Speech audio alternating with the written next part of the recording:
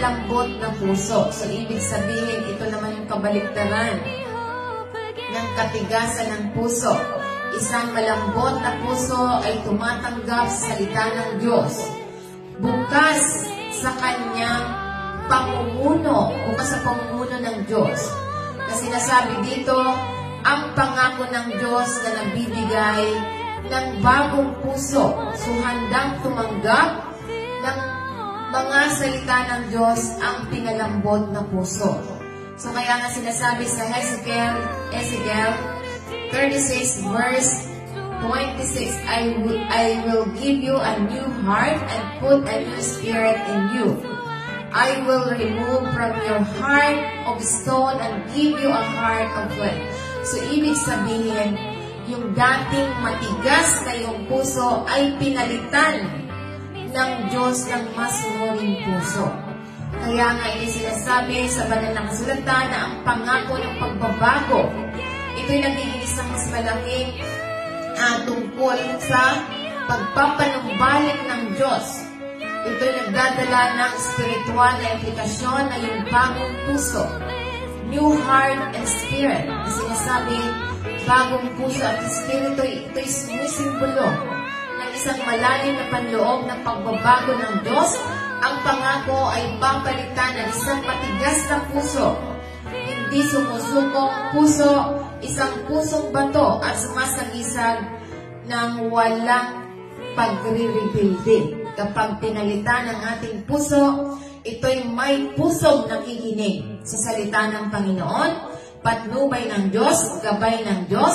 Ito yung pusong malambot na puso. So kaya nga, ito yung sinasabi na puno ng habag, kabaitan, pagpapakumbaba, at pagtugon sa isang pusong laman. So ito ang sinasabi sa banal na kasulatan na tayo mayroong binibigyan ng divine initiative. Na sinasabi, ang pagbabagong ito ay hindi isang bagay na magagawa ng tao sa kanilang sarili. Ito'y pinagmumulan ng Diyos mismo. Siya ang nagdudulot ng pagbabagong ito sa kalooban ng mga individual.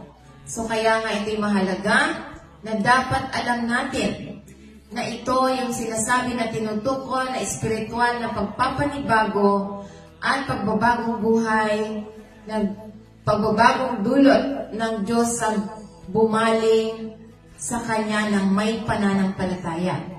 So ito yung sinasabi sa banal na kasulatan na ipinahayag ng talatang ito ang pangako ng Diyos na baguhin at i-renew ang kaloob-loobang pagkatao ng mga individual na nag-aalok ng panibagong puso at espiritual na nagbibigay daan ng mas malalim na ugnayan sa Kanya at kakayahang mamuhay ayon sa Kanyang mga paraan.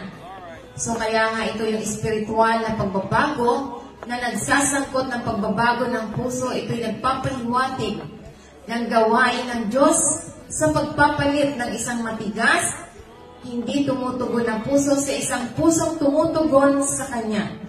Isang pusong may kakayahang magmahal at sumunod sa Diyos. So ito yung sinasabi na bibigyan tayo ng panibagong puso.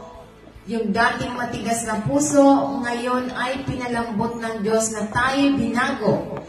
Ang pagbabago ng kalooban na nangako ang Diyos na papalitan ang matigas na puso at hindi tumutugon na puso na isang puso na tumutugon sa Diyos, isang pusong may kakayahang sumunod, isang buhay at mahalin, sundin ang patnubay ng Diyos. So yan ang sinasabi sa banal na kasulatan na ito yung pinalambot na puso ay bukas sa salita ng Diyos, tumatanggap ng Kanyang pamamahala at handang yakapin ang Kanyang patnubay sa pang-araw-araw na buhay.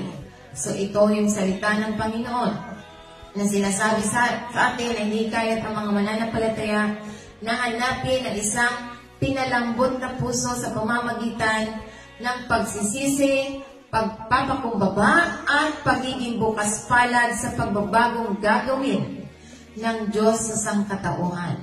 So kaya nga ito hindi tayo bilang mga mananampalataya na hanapin ang isang pinalambot na puso sa pamamagitan ng pagsisisi, pagpapakumbaba, pagiging bukas palad sa pagbabagong gagawin ng Diyos sa bawat isa.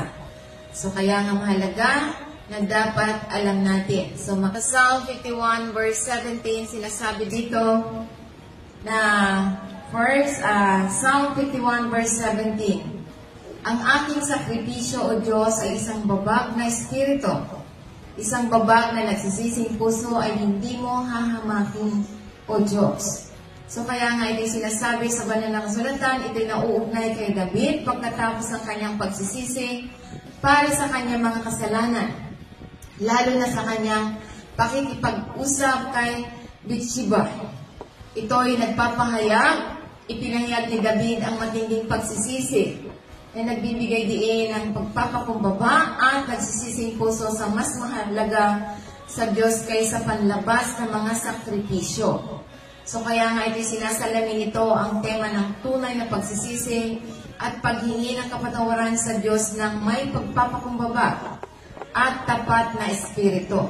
So kaya ito yung ibig sabihin ng pusong malambot. So ito yung pusong malambot na sinasagisag na kayang sumunod at magpasakop sa Diyos.